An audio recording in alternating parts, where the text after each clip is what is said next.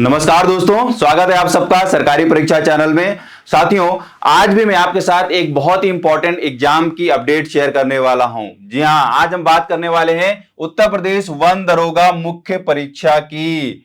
इस परीक्षा के लिए नोटिफिकेशन जारी कर दी गई है। हालांकि नोटिफिकेशन जो है वो करीब 2 हफ्ते पहले जारी कर दी गई है, लेकिन अब मैं आपको इसलिए बता रहा हूं क्योंकि भैया इस परीक्षा के लिए फॉर्म भरे जाने की जो डेट है या इसको कब से भरा जाएगा वो डेट आ गई है लगभग। अब आपको वो डेट एकदम से याद रहनी चाहिए, है ना, आपको भूलना नहीं चाहिए क्योंकि बहुत ही बढ़िया ये नौकरी होने वाली है आप सबके लिए, अगर आप सब इसके लिए एलिजिबल हैं तो, है ना। देखो 17/10/2022 से इस फॉर्म को भरा जा सकेगा। 6/11/2022 से इसके लिए आवेदन शुल्क जमा करने की लास्ट डेट है। और आवेदन में अगर आप कोई संशोधन करना चाहते हैं तो 13/11/2022 तक विंडो ओपन रहेगी। इन डेट्स को दिमाग में जरूर सेट कर लें भैया। इसीलिए मेरा यहाँ पे इस वीडियो को बनाने का मकसद है ताकि आप इसको भूलें ना, क्योंकि आपकी अगर एलिजिबिलिटी है तो भैया बहुत अच्छी नौकरी होने वाली है आप सबके लिए, है ना। एलिजिबिलिटी क्या है वो मैं आपको बताऊंगा, लेकिन एक प्राइमरी एलिजिबिलिटी आप जरूर यहाँ पे समझ लें, है ना। मतलब ये प्राइमरी एलिजिबिलिटी क्या है, आप सबको जरूर यहां पे हिंट मिल गया होगा मेरा कि भाई अगर आपने यूपी पीटी 2021 की परीक्षा को दिया हुआ है और अच्छे अंक लाए हैं तभी आप इस परीक्षा में एक तरीके से सेलेक्ट किए जा सकते हैं, शामिल हो सकते हैं मुख्य परीक्षा में, है ना। आपको पता है कि उत्तर प्रदेश में समूह ग की जो भर्तियां हो रही हैं उनके लिए यूपी SSSC पीटी का एग्जाम अब कंडक्ट कराया जा रहा है। उसमें आपको क्वालिफाई करना जरूरी है, अच्छे अंक लाना जरूरी है, तभी आप उत्तर प्रदेश की समूह ग की निकाली जाने वाली वैकेंसियों की मुख्य परीक्षा में पार्टिसिपेट कर पाएंगे। तो ये वही प्राइमरी एलिजिबिलिटी मैं आपको बोल रहा हूं। तो अगर आपने 2021 पीटी एग्जाम दिया है तब आपके लिए वैकेंसी है, लेकिन फिर सेकेंडरी जो एलिजिबिलिटी आती है वो भी फुलफिल होनी चाहिए। वो क्या है एलिजिबिलिटी मैं आगे डिस्कस करूंगा। तो पहले तो आप इतना श्योर हो जाओ कि यूपी पीटी 2021 का आपने एग्जाम दिया है ना। चलो, अब अगर हम बात करें उत्तर प्रदेश वन दरोगा तो भैया बहुत बहुत इंपॉर्टेंट ये परीक्षा होने जा रही है और बहुत बढ़िया पोस्ट है ना। अगर हम सिविल दरोगा की बात करें, सिविल दरोगा से इसको कंपेयर करें तो डेफिनेटली उससे तो बहुत ही बढ़िया जॉब है ना। आप किसी भी चाहे वो उत्तर प्रदेश फॉरेस्ट गार्ड सिपाही का फीडबैक ले लें, चाहे दरोगा का फीडबैक ले लें, वो जरूर आपको बताएगा कि नौकरी मस्त चल रही है ना। सिविल दरोगा से तो बढ़िया ही चल रही है। मतलब ये है कि अगर आप हरियाली प्रेमी हैं और प्रकृति प्रेमी हैं तो आप सबके लिए एक बहुत ही बेस्ट अपॉर्चुनिटी है ना। नौकरी भी है और आप प्रकृति के बीच में भी रहेंगे।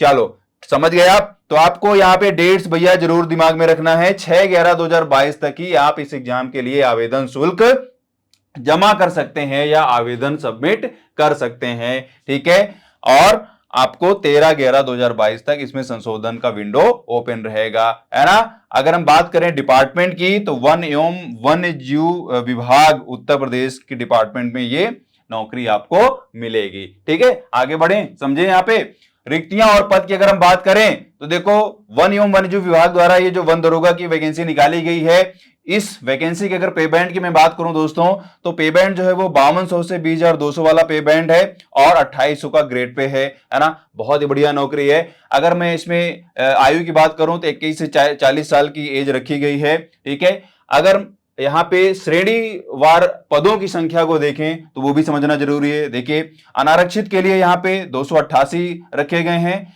अनुसूचित जाति के लिए 160 पद रखे गए हैं, अनुसूचित जाति की जनजाति के लिए 20 पद रखे गए हैं, अन्य पिछड़ा वर्ग के लिए 163 यानी कि ओबीसी के लिए 163 रखे गए हैं, आर्थिक रूप से कमजोर वर्गों के लिए यानी कि ईडब्ल्यूएस के लिए 70 पद रखे गए हैं। कुल मिलाकर भैया 701 पद आपके लिए रखे गए हैं, ठीक है। तो पदों की संख्या भी ज्यादा है। अगर आप इसको कंपेयर करें जो पहली परीक्षा हुई थी ना उत्तर प्रदेश वन विभाग में, जो फॉरेस्ट गार्ड सिपाही की भर्ती हुई थी, तो उसमें करीब 600 के आसपास ही पोस्ट निकली थी। तो सिपाही से भी ज्यादा यहाँ पे पोस्ट है ना। तो अगर आप एलिजिबल हैं तो जुड़ जाइए तैयारी में, बहुत ही बढ़िया पोस्ट होने वाली है आप सबके लिए। चलिए आगे समझते हैं। रिक्तियां और पद अगर हम समझें इसको, इसमें कुछ आरक्षण भी रखा गया है, तो वो जरूर आप समझ लें। देखिए, स्वतंत्रता संग्राम सेनानी के आश्रित जो हैं उनके लिए 14 पद जो हैं यहाँ पे आरक्षित किए गए हैं। महिलाओं के लिए 140 पद आरक्षित किए गए हैं। ठीक है, सैन्य वियोजित भूतपूर्व सैन्य के लिए 35 पद आरक्षित किए गए हैं। उत्कृष्ट खिलाड़ियों हेतु 14 पद रखे गए हैं और दिव्यांग जन के लिए कोई पद चिन्हित नहीं है। इतनी बात क्लियर है। तो आरक्षण में किनको किनको आरक्षण मिलने वाला है और किनको नहीं मिलने वाला है, ये बात आप क्लियर कर लें। चलो आगे समझते हैं भाई, आवेदन शुल्क कैसे रहने वाला है। तो देखो यहाँ पे चाहे वो अनारक्षित हो यानी कि सामान्य वर्ग का हो, चाहे अन्य पिछड़ा वर्ग हो, चाहे अनुसूचित जाति का हो, चाहे अनुसूचित जनजाति का हो, सबके लिए यहाँ पे जो आवेदन शुल्क रखा गया है वो 25 रुपए रखा गया है। ठीक है, इतनी बात क्लियर कर लें, ज्यादा पैसा नहीं है यहाँ पे। चलो आगे समझें। अर्हता की अगर हम बात करें, शैक्षणिक अर्हता की बात करें, अब यही आपके लिए मूल बिंदु है समझने के लिए। आपकी एलिजिबिलिटी में प्राइमरी एलिजिबिलिटी तो मैंने आपको बता दिया कि यूपीपीटी 2021 आपको दिया हुआ रहना चाहिए, उसका आपके पास स्कोर कार्ड होना चाहिए, है ना। फिर देखो यहाँ पे शैक्षणिक के रूप में यहां बताया जा रहा है कि किसी अभ्यर्थी के लिए भारत में विधि द्वारा स्थापित विश्वविद्यालय, विश्वविद्यालय मतलब यूनिवर्सिटी। ठीक है, तो यूनिवर्सिटी से गणित, भौतिक विज्ञान, रसायन विज्ञान, वनस्पति विज्ञान, जंतु विज्ञान, वानिकी, भूगर्भ विज्ञान, कृषि, सांख्यिकी, पर्यावरण विज्ञान में से 2 या अधिक विषय के साथ स्नातक उपाधि अथवा अभियांत्रिकी में स्नातक। अभियांत्रिकी का मतलब क्या है भैया? अभियांत्रिकी का मतलब है बीटेक। ठीक है, अभियांत्रिकी में स्नातक उपाधि या पशु चिकित्सा विज्ञान में स्नातक उपाधि धारित करना या सरकार द्वारा मान्यता प्राप्त कर उसके समकक्ष अर्हता धारित करना आवश्यक है। तो भैया ये है जिन सब्जेक्ट्स का मैंने नाम लिया, ठीक है, जिन स्नातक डिग्रियों की मैंने बात की, वो सब आपको सुन के ये जरूर लग पा रहा होगा कि भैया यहाँ पे सिर्फ और सिर्फ साइंस ग्रेड की बात की जा रही है। ठीक है, तो बिल्कुल ये 8 साइड के बच्चों के लिए नौकरी नहीं है। पहली बात तो ये क्लियर कर लीजिए, आपके पास ये सारी चीज होनी चाहिए। गणित, भौतिकी विज्ञान, रसायन विज्ञान, वनस्पति विज्ञान, जंतु विज्ञान, ठीक है, ज्यादातर इन्हीं के बच्चे इसमें फॉर्म भरने वाले हैं, आई एम श्योर। क्योंकि जो बीएससी होल्डर्स हैं, बीएससी मतलब कि जिन्होंने पीसीबी में किया है या पीसीएम में किया है, वो जरूर इस नौकरी के लिए फॉर्म भर सकते हैं। फिर वही मैं आपको बोलूंगा कि प्राइमरी एलिजिबिलिटी आपके पास पीटी 2021 होनी चाहिए। ठीक है, तो ये है एलिजिबिलिटी, शैक्षिक एलिजिबिलिटी जो है, शैक्षिक योग्यता जो है आपके पास ये होनी चाहिए। तो पहली बात तो ये क्लियर कर लें कि अगर आप यहाँ पे बीएससी हैं पीसीएम पीसीबी में, या बीटेक हैं, या आपने पशु चिकित्सा में कोई डिग्री ली है, पशु चिकित्सा विज्ञान में कोई डिग्री ली है, तब आप इसके लिए एलिजिबल हैं। ठीक है, सांख्यिकी, कृषि, सांख्यिकी, पर्यावरण विज्ञान में से भी किन्हीं 2 विषयों में आपने स्नातक डिग्री कोई ली है, तब भी आप इसके लिए एलिजिबल हैं। ठीक है, इतनी बात आप क्लियर कर लो, तभी आप ये फॉर्म भर पाओगे। चलो अगर हम शारीरिक मानक की बात करें तो वो भी बहुत जरूरी है दोस्तों। देखो यहां पे शारीरिक मानक के रूप में आपको समझना चाहिए, पुरुष वर्ग में आप पहले समझिए कि 163 सेंटीमीटर क्या होगी, ऊंचाई होगी। सीने का घेरा जो है वो 84 सेंटीमीटर होगा पूरा फुलाने पर। ठीक है, और यहाँ पे 5 सेंटीमीटर जो है उसका फैलाव होना चाहिए। ठीक है, महिला जो है वो 150 सेंटीमीटर उसकी ऊंचाई होनी चाहिए, 79 सेंटीमीटर, 5 सेंटीमीटर ये रहा आपका सीने का वो। ठीक है, फिर आप देखो अगर ये अनुसूचित जातियों, जैसे कि हम बात करें गोरखा मतलब अनुसूचित जातियों और कुछ जातियों जैसे गोरखा, नेपाली, गढ़वाली और कुमाऊनी मूलवंश के अभ्यर्थियों की बात करें, तो उनकी जो ऊंचाई है उनमें थोड़ा से क्या है रिलैक्सेशन रखा गया है। ठीक है, पुरुष के लिए 152 सेंटीमीटर, महिला के लिए 145 सेंटीमीटर, जो कि बहुत ज्यादा नहीं है ना, और ज्यादा ये भी नहीं है। मतलब कि लगभग हर आदमी अगर शैक्षिक एलिजिबिलिटी यहाँ पे पूरी कर रहा है तो वो अपनी यहाँ पे हाइट को ज्यादा टेंशन में नहीं ले सकता है, आराम से वो भी फॉर्म भर सकता है। अब देखो ना यहाँ पे 163 सेंटीमीटर, 150 सेंटीमीटर कहाँ ज्यादा है ना, नॉर्मल या ऑन एवरेज सबकी ये हाइट रहती है, महिलाओं में भी और पुरुषों में। ठीक है, तो आप ये अपनी शारीरिक जो मानक यहाँ पे नियम है उसको भी टेंशन में ज्यादा नहीं लें, लेकिन फिर भी आप इसको दिमाग में रखें, मैंने आपको बता दिया। ठीक है, आगे बढ़े। शारीरिक मानक नियम यहाँ पे थोड़ा से आपको एक तरीके से आपका टेस्ट लिया जाएगा, है ना, आप कितने स्वस्थ हैं। पहले तो आपकी वहां पे फिजिक देखकर आपका एक टेस्ट ले लिया गया है, उसकी एलिजिबिलिटी रखी गई कि आपकी हाइट कितनी होनी चाहिए, सीने का फुलाव कितना होना चाहिए, ये सारी चीजें। लेकिन जो आपका शरीर है, जो आपकी हाइट है, उसमें वो कितनी हेल्दी है उसका भी परीक्षण किया जाएगा। तो देखो 4 घंटों में पूरी की जाने वाली 25 किलोमीटर और महिला अभ्यर्थियों के लिए 4 घंटों में पूरी की जाने वाली 14 किलोमीटर की पैदल चाल परीक्षण में अर्हता प्राप्त करने की अपेक्षा की जाएगी। तो देखो भैया, ये भी बहुत ज्यादा नहीं है, 4 घंटे में 25 किलोमीटर और 4 घंटे में 14 किलोमीटर महिलाओं के लिए, ठीक है, ये भी आराम से कवर किया जा सकता है। तो अगर आप थोड़ा से मतलब लेजी हैं तो सुबह उठना शुरू करिए, वॉक करना स्टार्ट करिए, सब कुछ प्रैक्टिस में आ जाएगा, है ना। तो बहुत ज्यादा ये नहीं है। चलो, अगर हम यहाँ पे बात करें कि उसमें मानसिक और शारीरिक दृष्टि से अगर उसका स्वास्थ्य अच्छा नहीं होता है, ठीक है, या किसी ऐसे शारीरिक दोष से युक्त ना हो जिससे उसे अपने कर्तव्यों का दक्षतापूर्वक पालन करने में बाधा पड़ने की संभावना हो, किसी अभ्यर्थी को सीधी भर्ती द्वारा नियुक्ति के लिए अंतिम रूप से अनुमोदित किए जाने के पूर्व उससे अपेक्षा की जाएगी कि वह चिकित्सा परिषद के परीक्षण में सफल हो जाए। मतलब कुल मिलाकर आपका स्वास्थ्य परीक्षण किया जाएगा, चाहे वो शारीरिक हो चाहे वो मानसिक हो, है ना। आपको उसमें क्या करना पड़ेगा, चिकित्सा जो परीक्षा है उसमें आपको दक्षता हासिल करनी पड़ेगी, अपने आप को पास कराना पड़ेगा, ठीक है। अच्छा, एक महिलाओं के टर्म में आप जरूर कंडीशन दिमाग में रख लें भाई, कि अगर कोई महिला जो है वो गर्भवती है और परीक्षण के आधार पर 12 सप्ताह या अधिक की गर्भवती वो महिला पाई जाती है तो अस्थायी रूप से, ध्यान दीजिए, अस्थायी रूप से अस्वस्थ घोषित किया जाएगा उनको, ठीक है। प्रसूति के दिनांक से, ठीक है, बच्चे को जन्म देने के बाद से 6 सप्ताह बाद स्वस्थता के लिए उसका पुनः परीक्षण किया जाएगा, ठीक है। तो ये आप दिमाग में जरूर रख लें। महिलाएं जो हैं, अगर वो गर्भ धारण उन्होंने किया है, 12 सप्ताह या उससे ज्यादा का गर्भ है, तो उनको अस्थायी रूप से अस्वस्थ घोषित किया जाएगा और प्रसूति के बाद 6 महीने बाद, 6 सप्ताह बाद उनको फिर से वहां पे परीक्षण लिया जाएगा, मतलब फिर से उनका टेस्ट लिया जाएगा कि अगर वो वहां पे जो स्वास्थ्य मानक है अगर वो उनको पूरा कर पा रहे हैं तो बिल्कुल वो एलिजिबल होंगे, ठीक है। इतनी बात क्लियर है।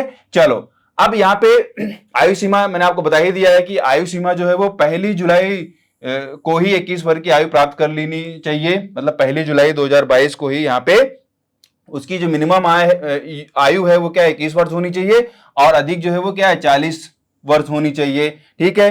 अच्छा, यहाँ पे अगर अनुसूचित जातियों अनुसूचित जनजातियों की बात करें तो उनके लिए यहाँ पे उच्चतर आयु सीमा उतने वर्ष अधिक होती जितनी विनिर्दिष्ट की जाए, मतलब कि जितना नोटिफिकेशन में मेंशन है। कुल मिला के समझिए कि जो लगभग 3-4 साल 5 साल का रिलैक्सेशन मिलता है वो आपको मिल जाएगा, ठीक है। तो अनुसूचित जनजातियों की अगर हम बात करें तो उनके लिए मैक्सिमम एज 45 साल तक हो सकती है। इतनी बात क्लियर है, ठीक है। यही मुख्य बातें थी जो आपको बतानी थी, आपके दिमाग में सेट करनी थी, ताकि आप फॉर्म भरे जाने के लिए तैयार हो जाएं, और जब आप फॉर्म भरें तो आपको अपनी एलिजिबिलिटी भी पता होनी चाहिए, ठीक है। अच्छा, इस एग्जाम से हम किस तरीके से चयन करेंगे या मतलब हम किस तरीके से चयनित होंगे, ठीक है, आयोग किस तरीके से आपको चयनित करेगा। तो देखो, यहाँ पे मैंने आपको बताया है कि समूह ग की भर्तियों के लिए यूपी पीटी का एग्जाम जो है वो कंडक्ट कराया जाता है, उसके स्कोर कार्ड के हिसाब से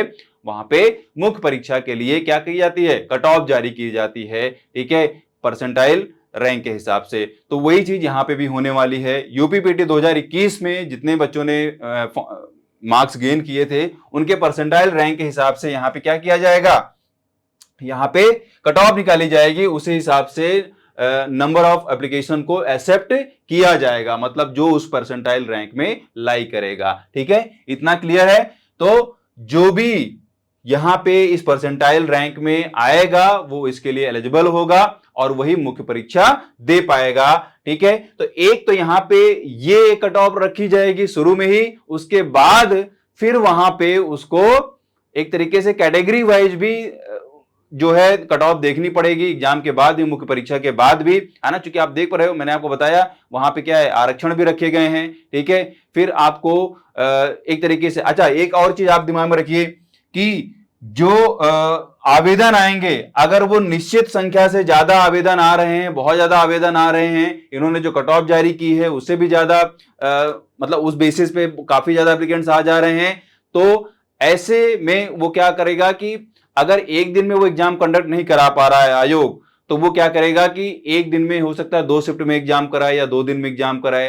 तो आप सबको जैसे पता है कि एक दिन में अगर 2 शिफ्ट होते हैं, 3 शिफ्ट होते हैं, तो जनरली ऐसे एग्जाम में हम क्या करते हैं, नॉर्मलाइजेशन प्रोसेस को यूज करते हैं। तो ये भी क्या करेंगे, नॉर्मलाइजेशन प्रोसेस को यूज करेंगे, ठीक है, इसको लागू करेंगे और उसी के बेसिस पे क्या की जाएगी, आपके कट ऑफ को समझा जाएगा। ठीक है, तो ये आप दिमाग में जरूर रखें। अच्छा, वन दरोगा की लिखित परीक्षा हेतु विज्ञापित पदों के सापेक्ष श्रेणीवार 15 गुना अभ्यर्थियों अंतिम कट ऑफ अंक परसेंटाइल स्कोर के स्थान पर समस्त अभ्यर्थियों को सम्मिलित करने हेतु मुख्य परीक्षा हेतु शॉर्टलिस्ट किया जाएगा। मतलब क्या है कि यहां पे 15 गुना अभ्यर्थियों को लगभग बुलाया जाएगा, लेकिन 15 गुना का मतलब ये नहीं है कि आपने यहाँ पे 701 पोस्ट देखी है और 15 गुना का मतलब ये लगभग 10,500 के आसपास, सिर्फ इतना नहीं, इससे ज्यादा ही जाएगा। टोटल अगर आप बच्चों को देखेंगे तो वो करीब और करीब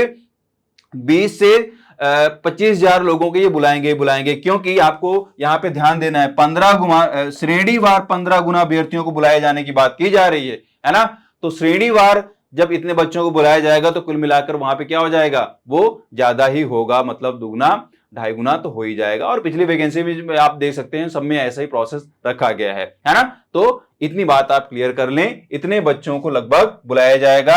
और शॉर्टलिस्ट करने का प्रोसेस मैंने आपको बता ही दिया है कि यूपी पीटी के जो स्कोर कार्ड है उसके मार्क्स के बेसिस पे यहाँ पे परसेंटाइल रैंक बनाई जाएगी, है ना। उसके हिसाब से उस रैंक में अगर आप अप्लाई कर रहे हैं तभी आपको मुख्य परीक्षा के लिए शॉर्टलिस्ट किया जाएगा, है ना। अच्छा, इस परीक्षा से रिलेटेड जो भैया पाठ्यक्रम होगा, है ना, किस तरीके से पाठ्यक्रम इसमें रखा जाएगा, वो आपको पाठ्यक्रम और एग्जाम की जो डेट है वो समय पर बता दिया जाएगा, ये नोटिफिकेशन कहती है। ठीक है, और कहां पे मिल जाएगा, upsc.gov.in पे। ठीक है, लेकिन चिंता की बात नहीं है, एक वेबसाइट और भी है, एक प्लेटफॉर्म और भी है, यानी कि सरकारी परीक्षा चैनल आपको इसके टर्म में अपडेट जरूर देगा। ठीक है, तो हमारे साथ जुड़े रहें, अपना प्यार बनाए रखें और इस परीक्षा की तैयारी में जोर शोर से जुड़ जाएं।